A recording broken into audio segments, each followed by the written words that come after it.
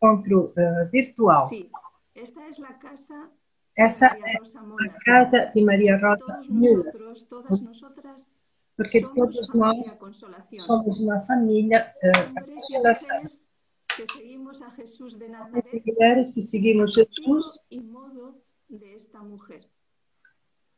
Esta mujer que consolaba sosteniendo la essa mulher esperanza de que los continua pobres, sustentando a esperança dos pobres, como Jesus. defendía la vida de los más Defender a desfavorecidos vida dos y mais sus derechos, desfavorecidos e seus como direitos, Jesús.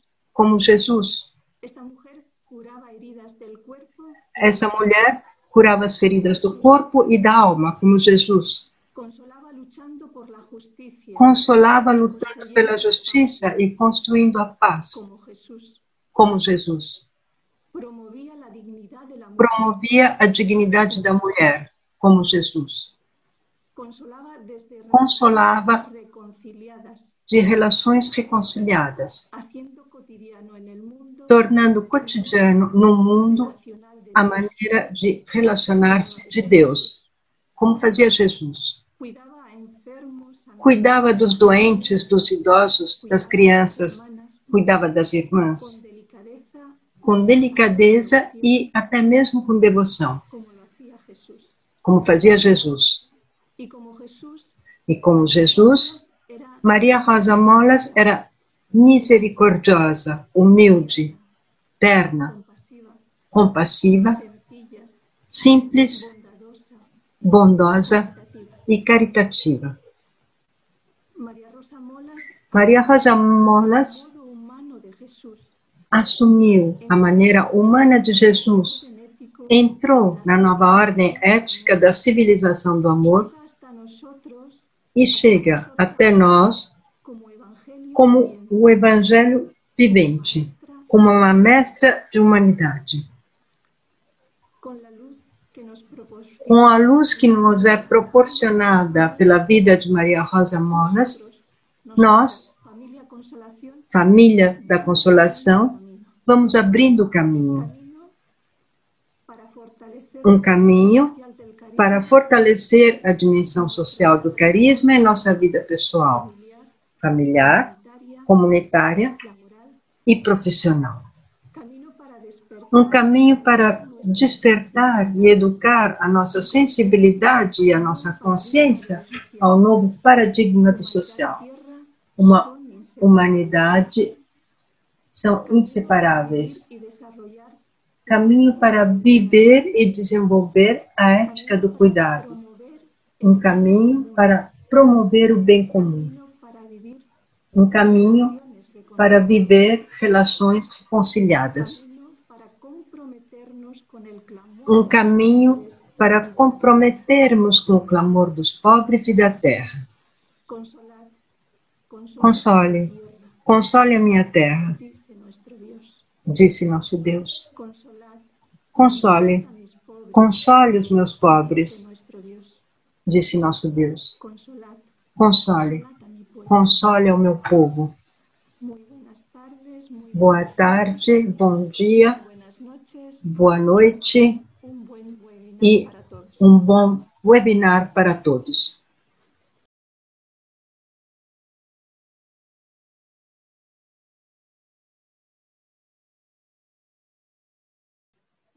Vou falar como ir rumo a um paradigma mais relacional à luz da encíclica Laudato Si.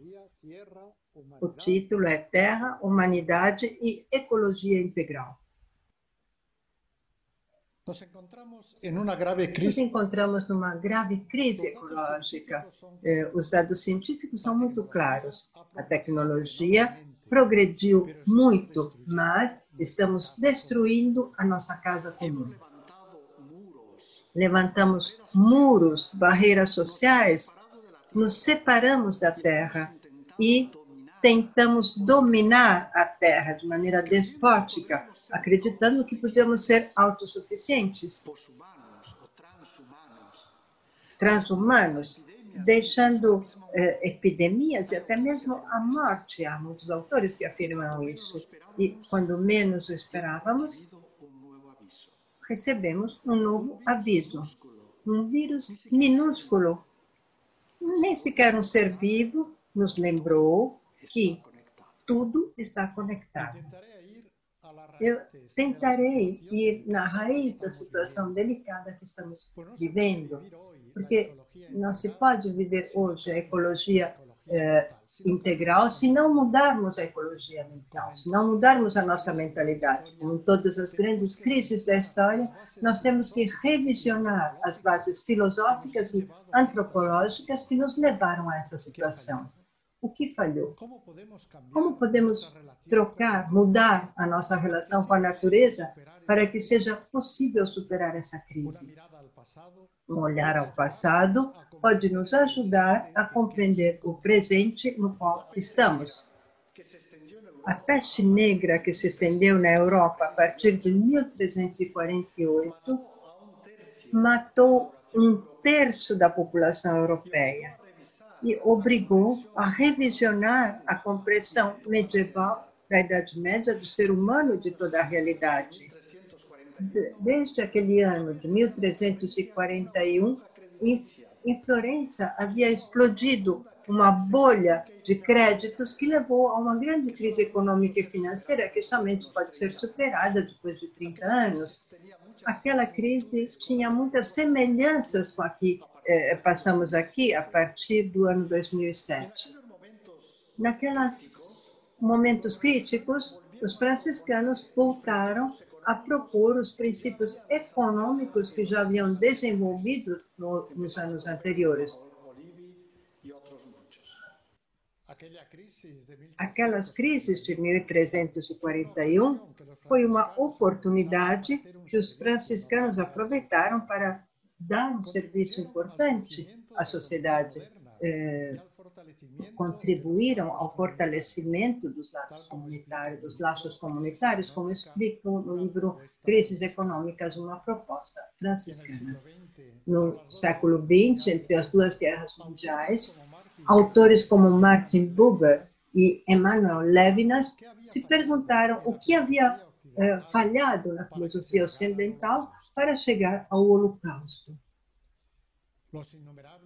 Os inúmeros avanços tecnológicos, fotografia, o cinema, o rádio, que ocorreram na Belle Époque, sustentavam a aparente supremacia da civilização ocidental, justificando dessa forma o darwinismo. Porém, foi exatamente ali que explodiu a maior das barbáries. Levinas atribui esse colapso ao terrível erro da filosofia ocidental que havia colocado o eu pensador dominador no centro da realidade, subordinando a tudo o resto. Era necessário colocar no centro o outro, aquele com seu rosto despido desperta em mim a dimensão ética. E o outro deve ser pensado a partir de si mesmo, e não em função do sujeito pensador. Hoje, também temos que nos perguntar o que temos que mudar em nossa concepção antropológica para sermos capazes de criar a base para uma ecologia integral. A minha palestra poderia se resumir com essas duas frases tomadas da encíclica Laudato Si. Não há ecologia sem uma adequada antropologia. Segunda frase. A necessidade de superar estes dualismos combálidos que tiveram uma notável influência em alguns pensadores cristãos.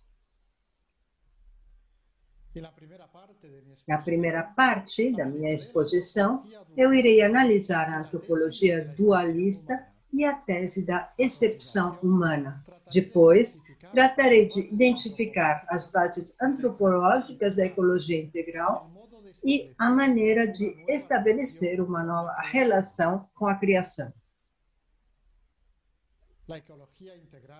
A ecologia integral é o tema central da encíclica Laudato Si, que, a partir de seu título, apresenta São Francisco de Assis como fonte de inspiração e exemplo, por excelência, de uma ecologia integral. é citada até 11 vezes em seu Cântico das Criaturas, que é reproduzido quase inteiramente no número 87, e é a chave de leitura da inteira encíclica.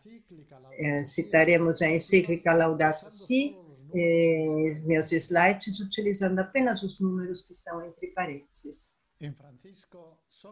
Em Francisco, são inseparáveis a preocupação pela natureza, a justiça para com os pobres e o compromisso para com a sociedade e a paz interior. É um modelo de ecologia integral. Ele ama e cuida da criação, nos ensina um profundo respeito pelo nosso meio ambiente e nos convida a cuidar dele.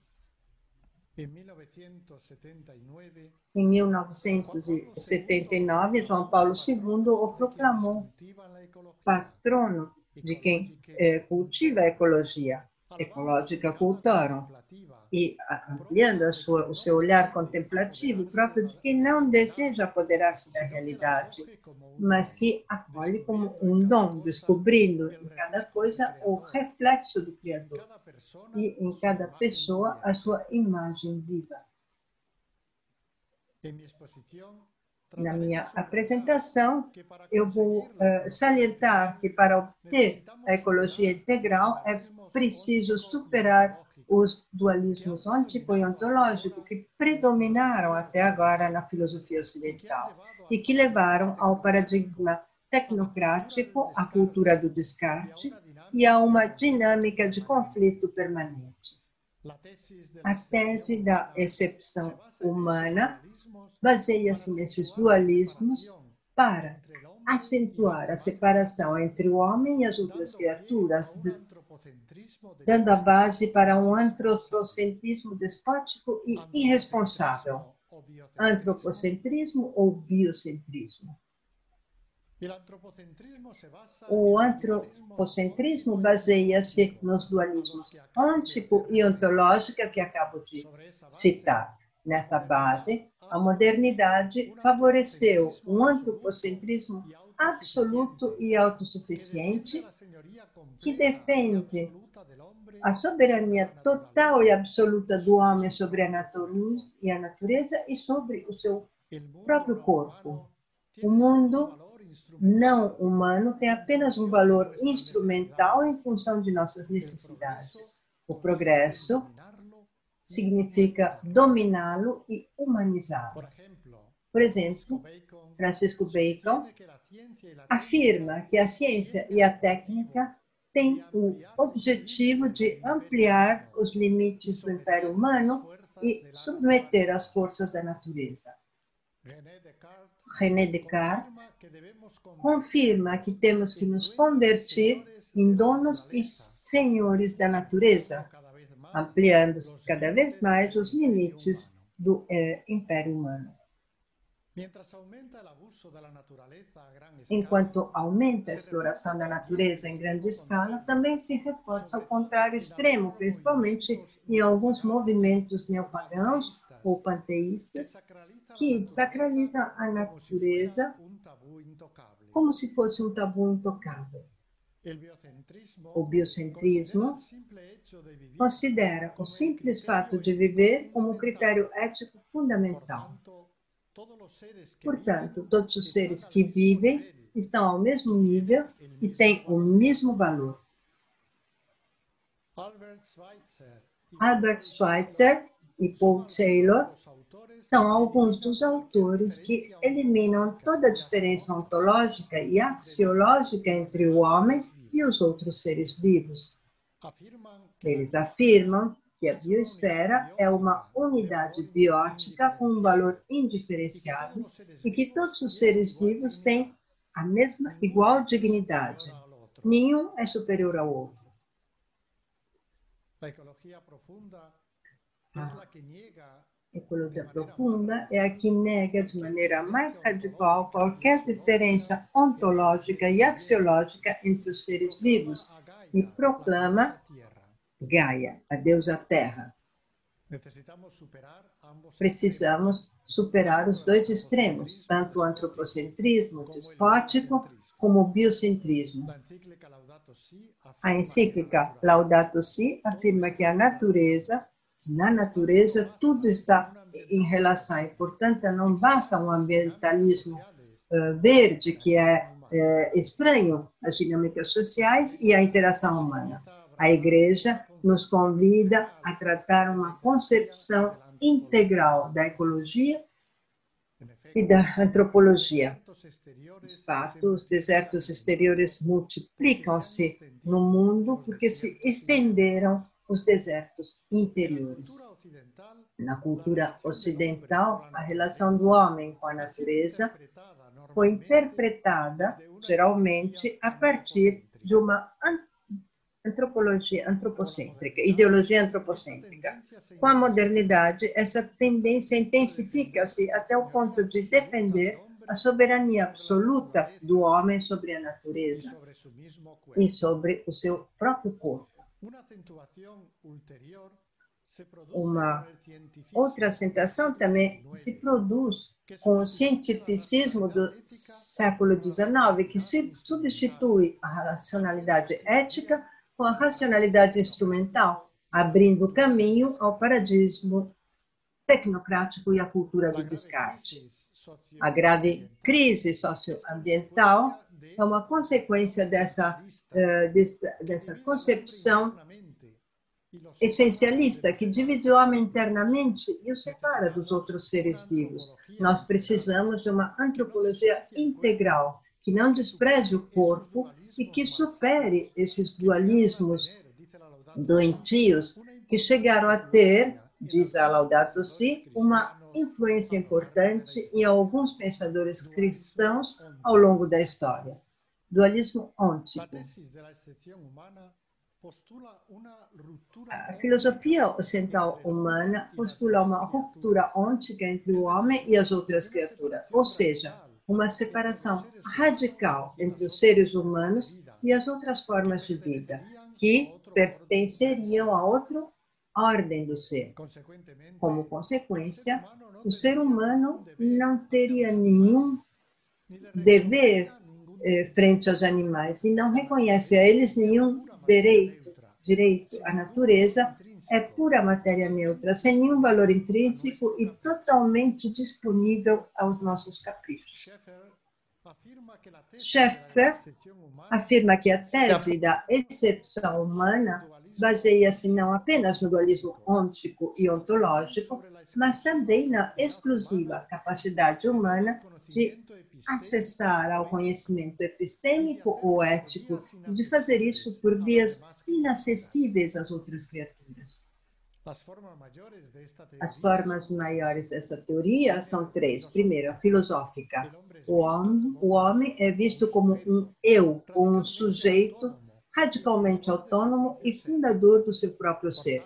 Portanto, a sua identidade não depende nem da vida biológica, nem da social. A segunda, social. A identidade humana está no social, enquanto que a sua vida biológica seria apenas o substrato da humanidade. O homem seria não natural e até mesmo antinatural. Terceira, cultural. A identidade propriamente humana está na cultura, como criação de sistemas simbólicos. Essa transcendência cultural está contraposta à natureza e ao social. O dualismo ôntico encontra-se já na antiga Grécia, que apresenta o ser humano colocando ordem, cosmos, no caos, numa relação sempre difícil e cheia de conflitos com as forças naturais e com seu próprio corpo. O homem é visto essencialmente como diferente dos outros animais, porque possui o logos, palavra, razão, enquanto que o resto das espécies são irracionais. E suas ações não superam o nível dos instintos ou dos hábitos. Apesar disto, para os gregos antigos, a physis é um princípio ético fundamental. As leis da natureza devem ser respeitadas, enquanto que na modernidade o homem proclama-se dono e senhor absoluto da natureza. Além disso, a física grega compreende tudo, homens e deuses, e é eterna porque não está ligada à gratuidade de um ato criativo. Séculos mais tarde, René Descartes acentua essa separação e afirma que o animal é uma simples máquina que, por ter sido feita por Deus, está muito melhor montada e por seus movimentos são mais admiráveis e são melhores do que qualquer outra máquina que pode ser inventada pelos homens. Seguindo a epistemologia cartesiana, o movimento da Ilustração, que iniciou no final do século XVII, afirma que o homem é um ser único que pode ser definido como ser pensador, res cogitas, e, portanto, distingue-se totalmente do resto do universo, que seria a res extensa e que está sujeito às leis da dinâmica. O mundo não seria uma comunhão de sujeitos, mas apenas um monte de objetos, descritos em termos matemáticos e geométricos. Mais concretamente, define-se como um relógio, máquina, experiência. Para compreender o seu funcionamento, bastaria recorrer aos princípios da matéria e do movimento. As obras de Isaac Newton e Gottfried Leibniz, entre outros, irão fortalecer este modelo mecânico do mundo que é observado e percebido de maneira funcionalista e utilitarista.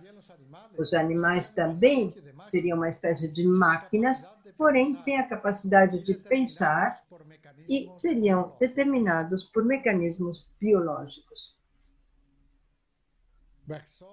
Bergson afirma que a tese da excepção humana é o arquitrave da filosofia moderna, pelo menos a partir da Revolução Copernicana. De fato, nas últimas décadas, a crise socioambiental está obrigando a mudar essa maneira de conceber a natureza e de relacionarmos com ela. Já no ano 2007, Schaeffer afirmava o fim da excepção humana. O dualismo ôntico manifestou-se também em um espiritualismo desencarnado que evita qualquer implicação pessoal na solução dos problemas sociais e ecológicos. Promove-se o conformismo e a resignação frente aos males da atual Vale de Lágrimas, em vez de estimular um empenho pessoal e comunitário para superar as estruturas de dominação. Acentua-se a separação matéria e espírito e a visão hierárquica da realidade. O mundo material seria um obstáculo que deve ser superado, pois entretém e torna mais difícil a nossa ascensão para rumo a Deus. Mais do que coordenar, fala-se de subordinar, submeter. O caminho rumo à santidade exigirá o desprezo do corpo, da sensualidade, de tudo que é material. Dualismo ontológico. O dualismo ontológico separa o corpo e a dimensão espiritual racional do homem. Essa última seria mais autenticamente humana e, portanto, o corpo deveria estar subordinado a ela. Chega-se, portanto, a descrever o homem como múltiplos pares oposicionais: corpo, alma, racionalidade, afetividade, necessidade, liberdade, natureza, cultura, instinto, moralidade, etc. Francisco de Assis teve que enfrentar o dualismo ontológico que estava muito presente na sua época. Por exemplo, entre os cátaros. Essa heresia de tipo maniqueio e agnóstico desprezava tudo que era visível e material, incluindo o próprio corpo humano, que havia sido criado por Satanás, o Deus maldoso do Antigo Testamento. E a alma pertenceria a outro âmbito, aquele do Deus bondoso do Novo Testamento, que não tem nada a ver com o corpo, que seria apenas a sua prisão. No mapa, vocês podem ver uma representação da extensão deste movimento. No século XVII, Descartes faz uma separação clara entre a alma racional e o corpo, como já dissemos.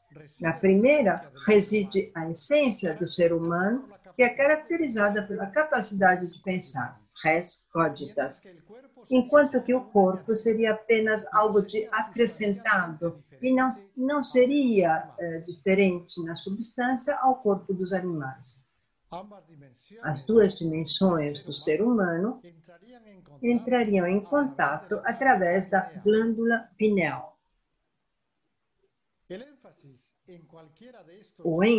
A ênfase em qualquer um desses dois elementos irá formar duas tendências opostas na compreensão do que é humano, o idealismo e o materialismo, mas ambas são caracterizadas por um forte dualismo. O idealismo foca-se na racionalidade, no pensamento subjetivo, deixando em segundo plano a dimensão corpórea. De outro lado, o materialismo reduz o homem à materialidade do seu corpo, como se fora apenas uma peça a mais da engrenagem cósmica. De fato, a afirmação antropocêntrica da modernidade e o otimismo ilustrado convivem com antropologias reducionistas que negam a dimensão espiritual do homem e o declaram um prisioneiro necessário de seus impulsos e dos condicionamentos sociais. Para compreender o ser humano, basta a observação direta de seu comportamento explícito, utilizando o método experimental estímulo-resposta, behaviorismo-condutismo. Aristóteles havia afirmado que algumas pessoas são escravas por natureza, justificando assim a escravidão e o imperialismo colonizador. Chegou-se mais tarde a dizer que os bárbaros, balbucientes, que não sabiam falar, que os índios não tinham alma. O dualismo ontológico ainda está presente hoje. Com frequência, justifica-se qualquer manipulação do próprio corpo como se fosse um objeto possuído, estranho ao centro pessoal e, portanto, ao próprio capricho. Operações estéticas, dietas, troca de sexo, hormônios, etc., são promovidos como a menor maneira de ser si mesmo, de tirar para fora o eu mais autêntico. As diversas formas de domínio arbitrário sobre o próprio corpo, diz Laudato Si, às vezes transformam-se em uma lógica, às vezes sutil, de domínio sobre a criação e impedem uma ecologia integral. Os dualismos ôntico e ontológico alimentaram a lógica do domínio e do antropocentrismo despótico e da cultura do descarte. Frequentemente, inclusive os direitos humanos foram reduzidos a simples barreiras de defesa para proteger-se dos outros lobos humanos, em vez de serem meios para potencializar a nossa capacidade intrínseca de doação. Os pobres e os abandonados, entre os quais se encontra a irmã, Mãe Terra, são os primeiros que sofrem pelas consequências desse antropocentrismo desviado, e prometeico que exalta a própria autossuficiência e despreza tudo o que percebe como frágil e indefeso. A nível subjetivo, isso se traduz num consumismo exagerado que tudo reduz à irrelevância, a simples produtos para usar e jogar fora de maneira compulsiva. Tanto os seres humanos excluídos como as coisas se convertem rapidamente em lixo. Chegamos assim à cultura do descarte. E é uma maneira individualista de perceber as relações pessoais e comunitárias. O trabalho também reduz-se apenas a uma mercadoria que não tem nenhum valor a não ser o salário que oferece. E, portanto, não se percebe assim o seu sentido cristão e a sua dimensão relacional de encontro com a natureza e de colaboração com a obra criadora de Deus. Agora passo à terceira parte de minha palestra. Colocaremos as bases para um novo paradigma relacional. Tudo que existe foi criado, diz a Laudato Si, segundo um modelo divino trinitário e, portanto, é uma rede de relações a todos os níveis, entre os ecossistemas e entre os diferentes mundos da referência social. As criaturas tendem a Deus e, por sua vez, é próprio de todo ser vivente tender a outra coisa, de modo que, no seio do universo, possamos encontrar sem números de constantes relações que se entrelaçam secretamente. Tudo está conectado. Isso nos convida a amadurecer uma espiritualidade da solidariedade global que brota do mistério da Trindade. Ignorando os laços naturais que nos unem a todas as criaturas, a cultura moderna acentuou a separação e o antagonismo conflitual. O homem foi definido como um lobo, um ser dividido dentro do dualismo ontológico e completamente separado das outras criaturas, dualismo ôntico. A natureza seria um campo de batalha, onde somente os mais fortes sobrevivem, darwinismo. Justifica-se, assim, o antropocentrismo despótico, a lógica do domínio e a cultura do descarte, a todos os níveis. Por exemplo, na economia, promove-se a guerra dos interesses e se diz, os negócios são negócios. Na política, prepara-se a guerra com a desculpa de garantir a paz. Se você quer a paz, prepare a guerra. Na medicina, não se usam os tratamentos holísticos para promover a luta direta contra os agentes patógenos. E no âmbito da comunicação, utiliza-se a mentira e a meia-verdade, fake news, como armas para ferir e anular o outro. A nível sociocultural, tenta-se excluir qualquer alteridade incômoda. A eliminação do outro é algo de necessário para garantir que a árvore social possa crescer mais forte. Com respeito à natureza, foi dada prioridade ao aspecto da conquista e à exploração dos recursos, deixando de lado a capacidade de acolhimento do meio ambiente. Dessa forma, o ambiente como recurso coloca em perigo o ambiente como casa. Na natureza, a cooperação é mais importante que o conflito. Contradizendo essa visão conflitual, muitos dados científicos mostram que, na natureza, a cooperação prevalece sobre a luta e que a unidade é superior ao conflito. Por exemplo, Lynn Margulis, entre outros, questiona a tese darwiniana da evolução e afirma que a colaboração foi mais decisiva do que a briga. Nas suas palavras, a vida não colonizou o mundo através da luta, mas através da interconexão.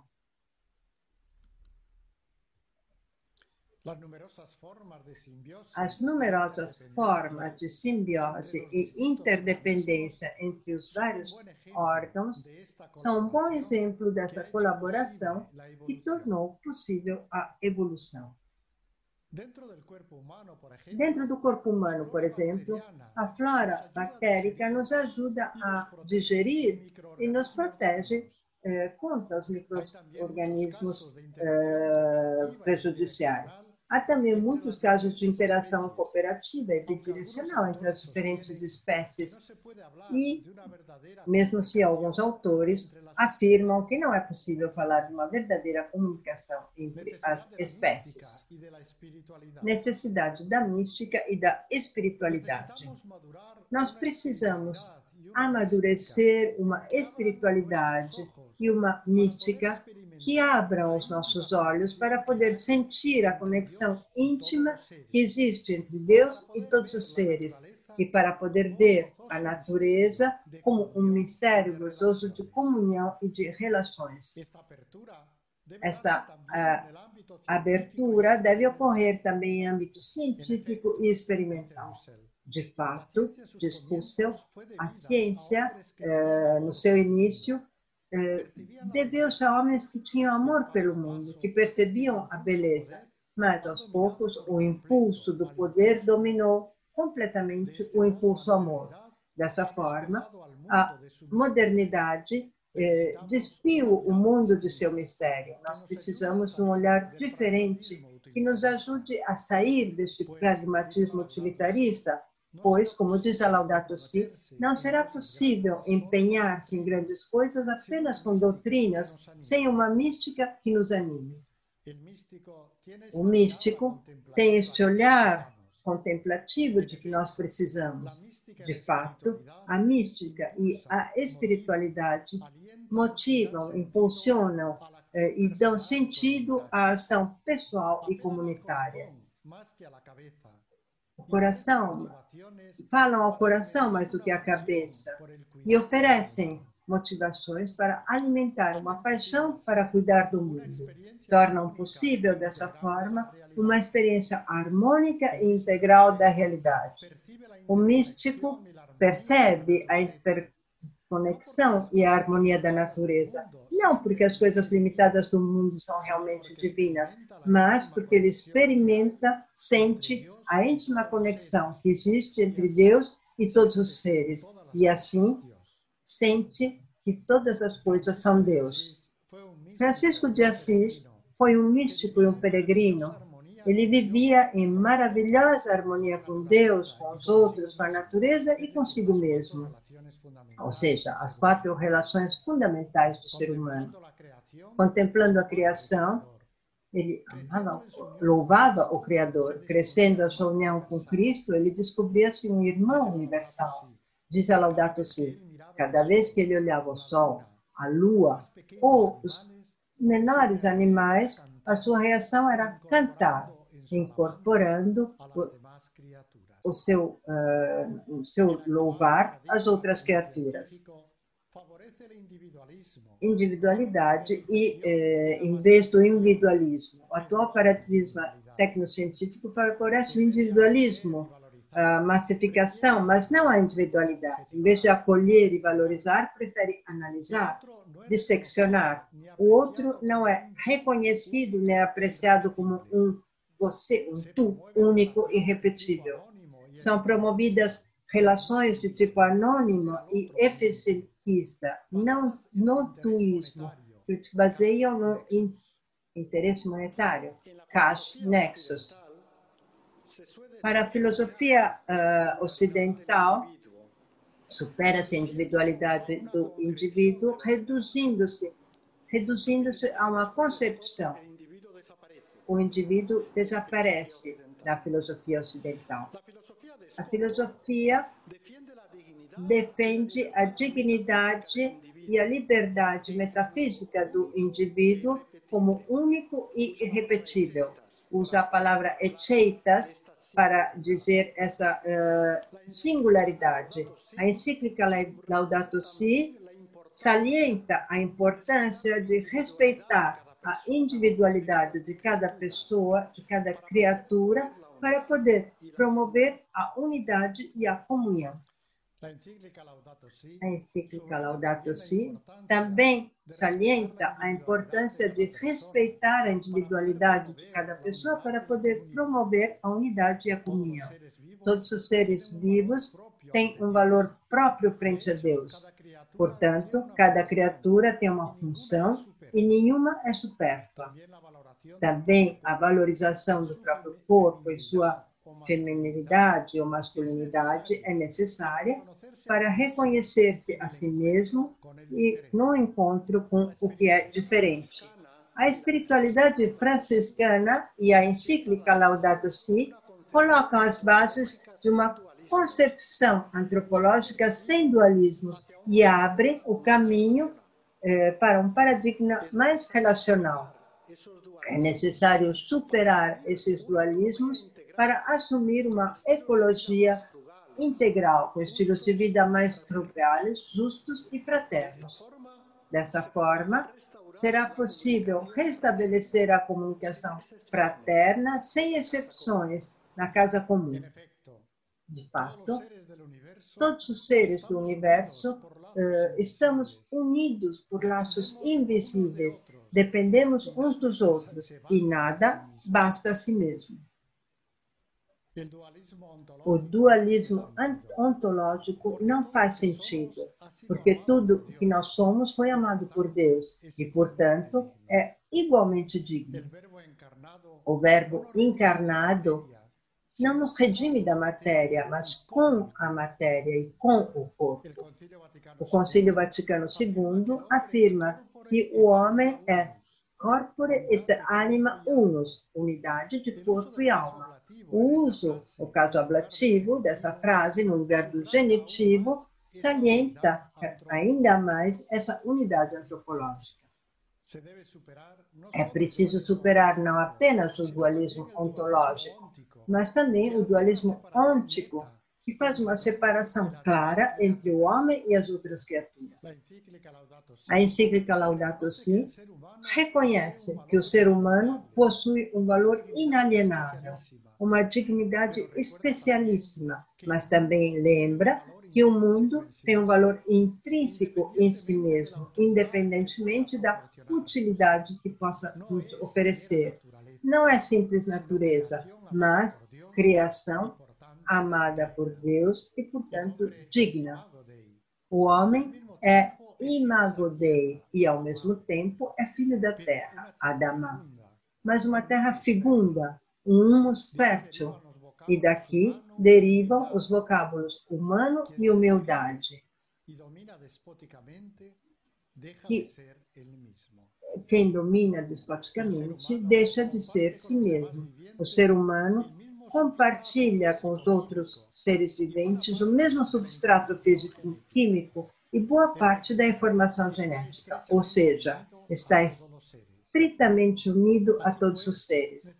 Portanto, necessitamos fortalecer a consciência de uma origem comum, de um pertencer mútuo e de um futuro compartilhado por todos. Os laços que nos unem, todos os seres, são tão fortes que o homem não pode cuidar de si sem cuidar da natureza, e vice-versa. Não é possível separar a ecologia física da ecologia humana, ou seja, não pode ser real um sentimento de íntima união com os outros seres da natureza se, ao mesmo tempo, no coração não há ternura, compaixão e preocupação pelos seres humanos, crescendo na capacidade relacional. A experiência espiritual se traduz em práticas como o jejum, a abstinência, a esmola, que tem o objetivo de purificar o nosso coração e as nossas relações. Compreende-se, portanto, que menos é mais. Crescemos em sobriedade e em capacidade de viver com pouco, de gozar com pouco.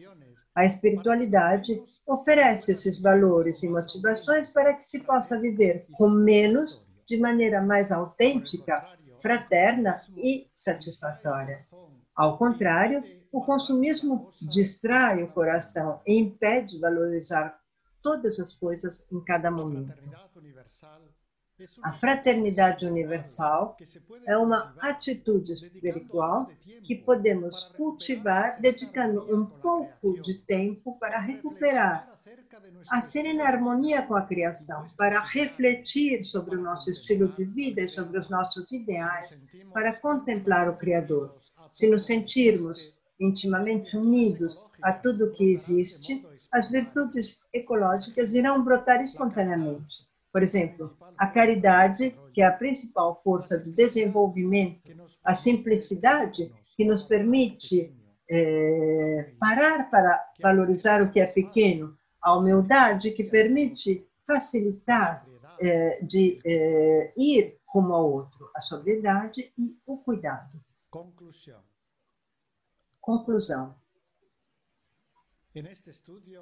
Nesse estudo, mostrou-se que para recuperar a relação harmoniosa com nós mesmos e com a natureza, é preciso superar os dualismos ôntico e ontológico, pois não há ecologia sem uma apropriada antropologia. Também mostrou-se a importância da experiência espiritual, que está na base da ética ambiental católica, pois essa experiência profunda faz nascer grandes motivações para o cuidado da natureza, dos irmãos e das irmãs mais frágeis. O discurso lógico e racional acompanha essa experiência, mas não basta para alimentar uma paixão para o cuidado do mundo. Precisamos de movimentos interiores, uma mística que nos anime, porque se não muda o coração, o esforço voluntarista dura pouco.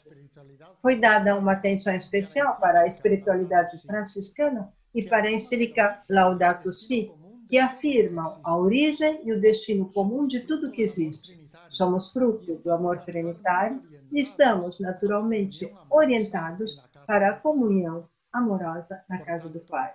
Portanto, é necessário potencializar uma perspectiva holística que saliente a relação e a interdependência de todos os seres, inclusive o ser humano. Os franciscanos insistem que todas as criaturas formamos uma fraternidade universal que deve ser fortalecido. Isso foi colocado em evidência pela atual epidemia. O vírus não conhece fronteiras e não há nenhuma revisão ou limites que nós criamos.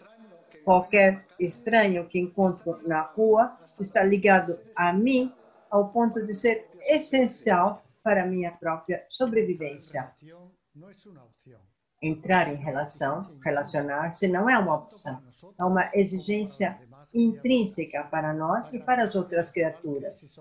A gravidade da atual crise socioambiental exige a mais ampla colaboração para poder encontrar respostas integrais e viáveis a todos os níveis: cultural, religioso, ecumênico, ético. A ciência e a religião, que têm diferentes aproximações à realidade, podem entrar em um diálogo intenso e produtivo para ambas. Precisamos assumir juntos uma nova cidadania ecológica, com um estilo de vida mais sóbrio e maneiras mais sustentáveis de entender a economia e o progresso.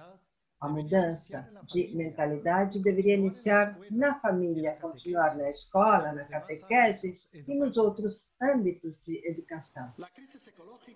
A crise ecológica é uma crise de família, ou seja, uma ruptura a nível global das relações gratuitas, fraternas e de carinho que caracterizam a vida familiar.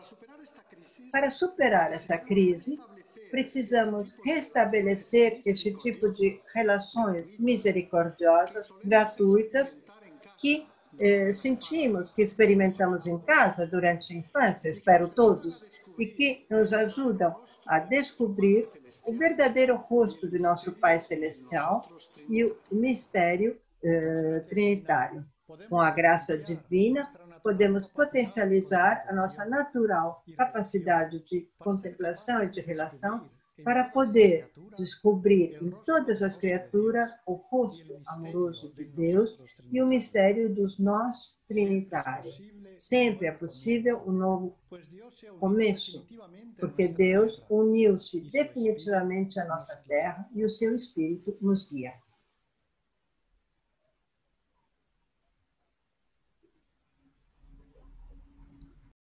Agora, então, vamos abrir o diálogo, se nos permite fazer algumas perguntas. Entretanto, me surge a pergunta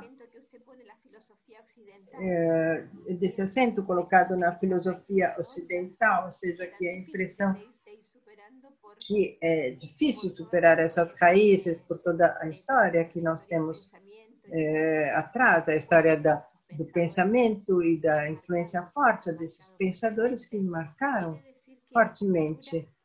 Quero dizer que outras culturas, a filosofia oriental, por exemplo, que são um pouco mais abertas a essa relação integral, a esse estilo de vida mais harmônico com a natureza, com a criação. Sim, com certeza, nós, quando abordamos qualquer tema, se queremos realmente abrir, temos que aprofundar. Às vezes, dizemos que temos muita boa vontade, mas não aprofundamos, não vamos nas raízes. E isso que eu sugiro, por exemplo, no final da Segunda Guerra Mundial, o mundo ocidental havia pensado que tinha chegado ao fim, que a cultura ocidental, as outras culturas tinham uma orientação. A cultura ocidental era a evolução darwiniana. Então, era, digamos, o topo onde todos tinham que chegar. No final do século XIX, por muitas décadas, o rádio, todos os avanços tecnológicos, rádio, telefone, era a belle époque, parecia que estávamos chegando à excelência. E foi ali que a cultura ocidental, a Primeira Guerra Mundial, a Segunda Guerra Mundial, o Holocausto, foi a maior das catástrofes. Então, nessa situação, Martin Buber e outros pensadores se perguntaram por que chegamos a isso, se tudo estava indo tão bem, se tudo parecia resolvido, como chegamos a isso? Então, eles afirmam, é preciso mudar a filosofia ocidental. Nós colocamos no centro o eu dominador, temos que colocar no centro o tu. Em crises como essa, também nós temos que perguntar por quê? Não basta dizer a partir de agora vamos nos comportar bem, porque se não mudar a nossa mentalidade, irá acontecer de novo tudo isso. E nós, cristãos, reconhecemos que a fraternidade, viver em relação, consolar-nos, é um dom. O primeiro que temos que mudar é essa atitude frente à vida. Os franciscanos fundaram uma escola que se chama voluntarismo. Bom, eu já falei muito de filosofia, não quero continuar a falar de filosofia, senão vai ficar muito cansativo. Mas nós temos que fundar a gratuidade. Nós temos que fundar que tudo é um dom, que tudo é um presente. Eu lembro uma vez, quando era estudante na Inglaterra, uma vez me deram de presente um cartaz de uma tigre e dizia dizia, como uma pessoa pode ser humilde quando sou tão bom como eu sou? Ou seja, nós acentuamos demais o que nós somos. Nós dissemos, o que é o ser humano? O ser humano é racional, todos os outros seres não são racionais, portanto, nós somos superiores. Alguns dizem, como eu sou mais racional, como eu sou inteligente, eu sou superior aos outros, eu tenho que ter privilégios. Nós temos que mudar essa lógica. Se você tem algo, é um dom, um presente. E você tem que compartilhar este dom. Nós temos que criar essa mentalidade. Eu dizia no começo, nós perguntamos o que você faz, em vez de perguntar de quem você cuida. Então, temos que mudar, temos que criar a criatividade, temos que nos dar conta que cuidando dos outros, cuidamos de nós mesmos. E não sei se alguém da Galícia está conectado. E na Galícia se diz assim, amigo sim, mas a vaca tem que pagar o que vale. Ou seja, a economia não olha o outro. Nós temos que mudar essa mentalidade de guerra, de luta, de privilégios. Isso tem que mudar. Enquanto isso não mudar, o resto são componentes. Os franciscanos baseiam tudo isso com o fundamentalismo. E no começo de tudo está a gratuidade mais absoluta. Se você existe, não é porque você é melhor do que o outro. Se você existe, é porque Deus te amou. Então, já que falamos de Descartes, podemos trocar a frase de Descartes. Em vez de dizer, penso, portanto existo, devemos dizer, sou amado e, portanto, existo. Deus podia ter escolhido milhões de pessoas, mas ele escolheu você. Não porque você é melhor, mas porque ele teve vontade, porque ele te amou. Tudo é um mistério de amor. Se temos essa experiência mística, as nossas relações também serão de gratuidade e seremos capazes de descobrir tudo isso.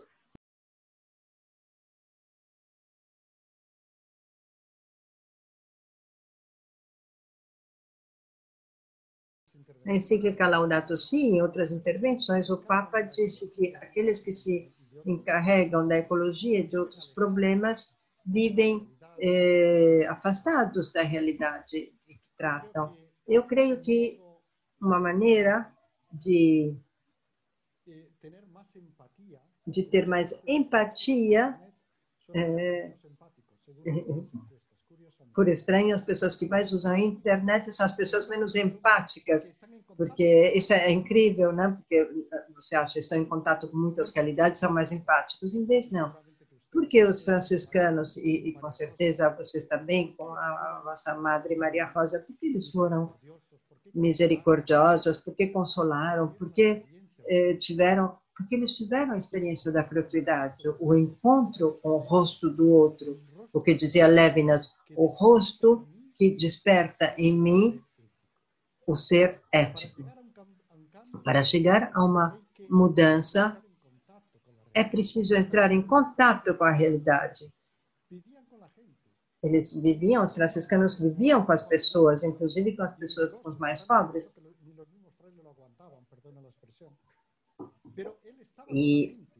Mas ele estava com as pessoas, ele conhecia as pessoas, o contato com as pessoas, o contato com a fraqueza, o contato com as pessoas, o saber escutar. Isso desperta dentro de você o ser ético. Não é uma questão de ideias, mas é mais questão de experiência. E para isso é preciso fortalecer a empatia. Às vezes eu pergunto aos meus alunos, quando fazem uma viagem, eles tentam ir nos lugares onde as pessoas sofrem. Eu lembro uma vez, muitos anos atrás, eu fui convidado no Japão, que temos um centro afiliado, e me levaram para ver os que eram chamados sem nomes. E havia milhares de pessoas que ajudavam a dar de comer, a dar comida, porque eles não tinham nome, eles tinham falido, eles não tinham mais documentos, eles viviam totalmente fora. E eu estranhei isso, um país tão avançado como o Japão, existe isso. Quando eu fui no Brasil, eu fui na Rocinha, a favela, são essas experiências de contato com as pessoas que sofrem, isso muda a sua vida. Francisco de Assis converteu-se quando descobriu um leproso, quando Deus lhe deu a graça de acolher o leproso. E quando ele se sentiu acolhido pelo leproso, o encontro pessoal é fundamental para despertar dentro de nós a empatia e o amor.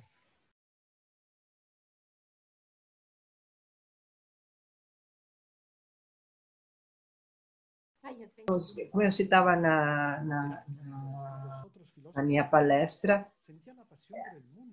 a sabedoria é uma questão de paixão. Heráclito, os outros sentiam paixão pelo mundo e por isso tentavam entender o mundo. Ao mesmo tempo, reduzimos o mundo a objeto de observação, porque acreditamos que somos seres racionais. Nós temos que recuperar a capacidade afetiva. O Papa convocou este ano o Pacto Global para a Educação. E ele insiste muito sobre isso. A educação não é apenas uma questão intelectual. A universidade tem que ajudar as pessoas a entrar em contato com a comunidade, a sentir-se dentro da comunidade, concretamente, a responder a essa comunidade. Ou seja, é necessário ter capacidade relacional. E a pessoa que se educa deve ser a pessoa que se sente em sintonia com a realidade concreta e que ajuda a comunidade. Sem isso, a educação torna-se apenas uma autopromoção.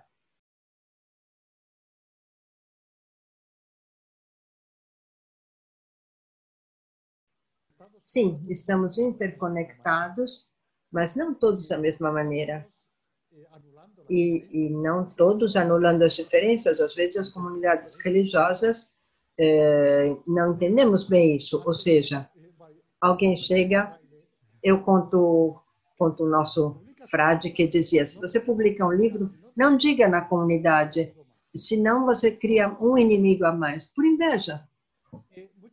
E muitas vezes as comunidades falamos, então você tem esse defeito, outro, mas não falamos das qualidades, não dizemos você tem esse carisma, essa qualidade, por que você não a desenvolve? E ser capaz de sentir-se, de estar em relação, valorizando o fato que o outro é melhor do que eu numa coisa. E não é um problema isso, porque ele é meu irmão e eu não me sinto inferior se eu não tenho essa qualidade. Eu fico contente e se eu tenho uma qualidade também, não me sinto superior. Eu sei que é uma responsabilidade. O Papa insiste muito na igualdade e na diversidade, que é a Bíblia, o primeiro capítulo da Gênesis, sexto. Daquilo que era um caos, Deus criou o cosmos. Primeiro separa, indica a identidade de cada coisa, os astros de cima, a água, e depois cria a relação entre eles. Que bonito seria se todos conseguíssemos fazer que o outro pudesse desenvolver todas as qualidades que ele tem. Muitas vezes nós pensamos somente no material e esquecemos que em qualquer intercâmbio é importante o material como relacional. Francisco de Assis, quando mandava os seus freis a pedir esmola, ele dizia, eu sou de origem nobre e tenho vergonha a pedir esmola. E sabe o que Francisco respondia para quem dizia isso? Não tenha vergonha, porque você pede para o amor de Deus, do que você oferece é muito mais importante do que o outro te dá. E isso é fraternidade. Que eu tenho ou não tenho, o que eu tenho ou não tenho, não é um problema, porque os bens relacionais compensam a diferença que há dos bens materiais. Sentirmos irmãos, olha, com paixão, veja o que Deus te deu. Incentivar o outro, os seus dons. Quando eu estava no Peru, na Lima, alguns educadores me diziam, bom, Eu fui na sala de aula, preparei o programa, o melhor programa que eu tinha, com o Word e tudo. Cheguei na sala de aula, apresentei e os alunos me disseram: professor, tem um programa melhor do que esse, que mostra melhor. E eu fiquei assim, e me disseram: por que você se ofendeu? Porque eles sabem mais de tecnologia do que você, porque são jovens, mas você sabe mais do que a vida, sobre a vida do que eles. Então, deixe que eles te ajudem na tecnologia, mas ajude eles na humanidade. Se apreciarmos a individualidade, se apreciarmos, inclusive, as falhas, nós temos que... Jesus, quando estava na cruz, foi abandonado por todos. As nossas falhas nossos fracassos são uma oportunidade de crescimento. Inclusive, Deus pode transformar tudo numa oportunidade. Portanto, viver em fraternidade significa saber apreciar tudo, de não desprezar nada. Porque dizer ao outro, com certeza que você tem outras qualidades quando você fala em alguma coisa. E isso é a coisa importante.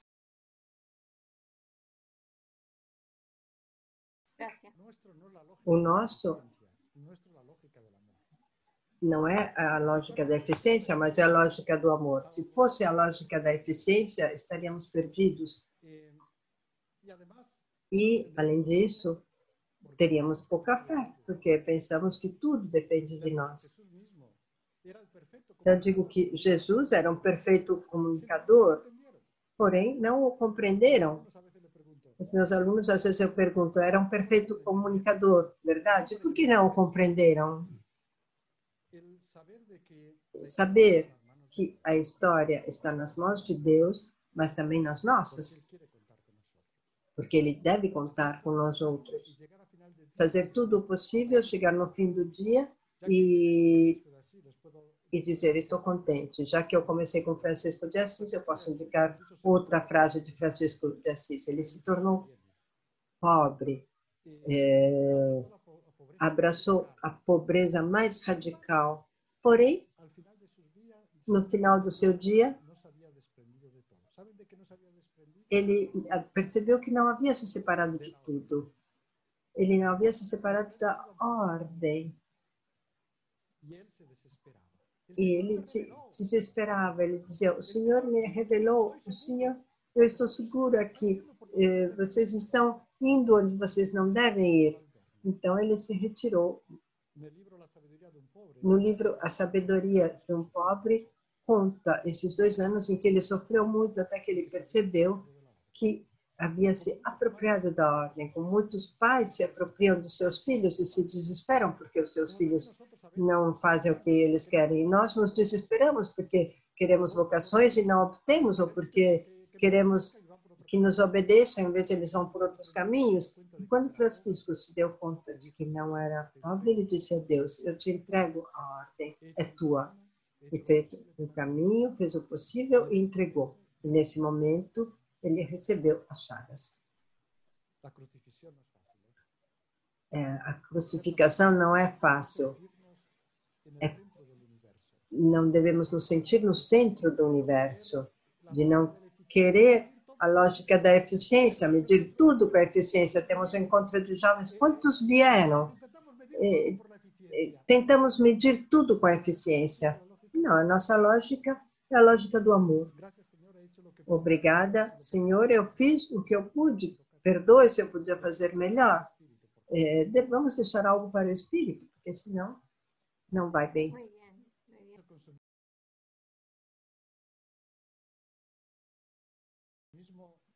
Às vezes o consumismo reflete um pouco de ansiedade, porque não estamos satisfeitos. Tentamos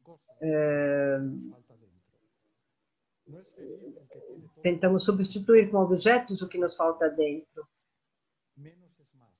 Menos é mais.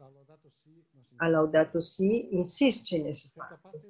Ser sermos capazes, como dizia Santa Teresa, basta somente Deus. Essa experiência da gratuidade absoluta de tudo que nós temos, essa experiência nos leva a sentirmos gratos e a não tentar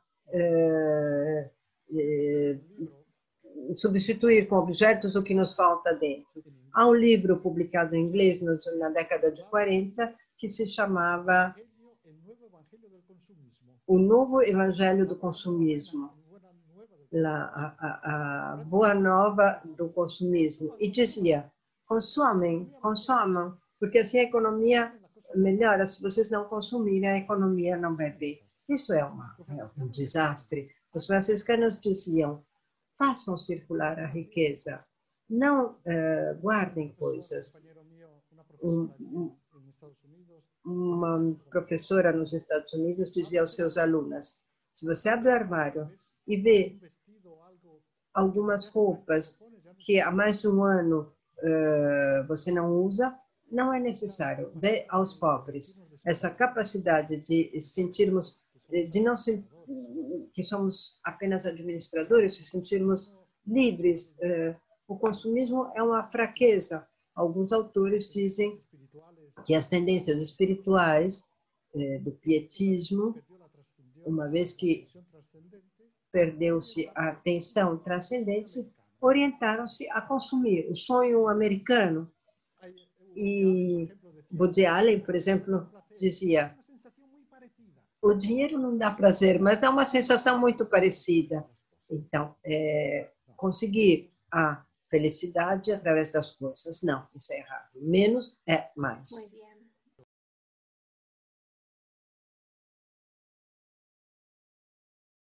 O que o Papa promoveu neste Pacto Global sobre a Educação, eu escrevi um artigo sobre isso, que está saindo em várias línguas, ou seja, a universidade deve responder à comunidade concreta. E responder, de outro lado, nós temos que ter um conceito de educação que não é instrução. Uma coisa é instruir e uma coisa é educar. Educar significa acompanhar a pessoa no seu processo de crescimento, como dizia Paulo Freire também. Nada educa ninguém. Nos educamos juntos, mediados pelo mundo. Educar, como dizia Sócrates, a maiêutica é ajudar a nascer. A pessoa é o que leva dentro, mas não basta a maiêutica. Alguns padres educadores diziam que já sabemos muito que não, você tem uma experiência, você está em caminho, mas além da maiêutica, precisa da hermenêutica, ajudar a encontrar a si mesmo ao que está vivendo, não apenas o que tem dentro, mas compartilhar a sua experiência. Maiêutica e hermenêutica. A universidade deve recuperar esse sentido relacional, esse sentido de ligação com a comunidade completa, mas não apenas a universidade. No Brasil, por exemplo, insiste nisso. A empresa também, não apenas a universidade. A empresa deve responder às necessidades. Então, no final, voltamos ao início, ao princípio. No princípio de tudo, antes que existisse nada, existia a comunhão, a relação entre Pai, Filho e Espírito Santo. Tudo que foi criado com este modelo de trindade. No final, no sétimo dia, será para a relação. Não para não fazer nada, para a relação. Em alguma conferência, eu ouvi que o trabalho é uma consequência do pecado. Como assim? Os nossos primeiros padres nos diziam que já trabalhavam antes, cultivavam, e recuperar esse sentido relacional. terra e a terra nos doa flores e frutas. E não temos medo, não precisamos ter medo. Estamos nus e não tínhamos medo uns dos outros. É uma forma poética. Estavam bem consigo mesmos. E na tarde, durante a tarde, passeavam com Deus. Que bela descrição do que é o sétimo dia. Um dia sem começo e sem fim.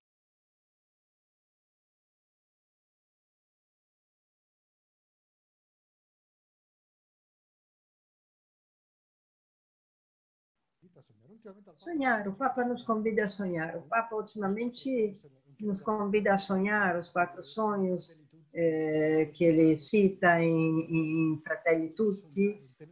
Sonhar, ter esperanças, é muito importante tudo isso. Ter sonhos, dizia Helder Câmara. Abençoados os que sonham, porque darão esperanças a muita gente. E, inclusive, eles terão, às vezes, terão a satisfação de ver os seus sonhos realizados. Vamos continuar assim. Vamos confiar que a nossa vida, a nossa história, a nossa sociedade está nas mãos de Deus. E, às vezes, a vida religiosa é como se preparar-se para morrer. Não, vamos sonhar, vamos recuperar o carisma, porque, como diz o Papa, esse é um tempo de profecias, de novo renascimento.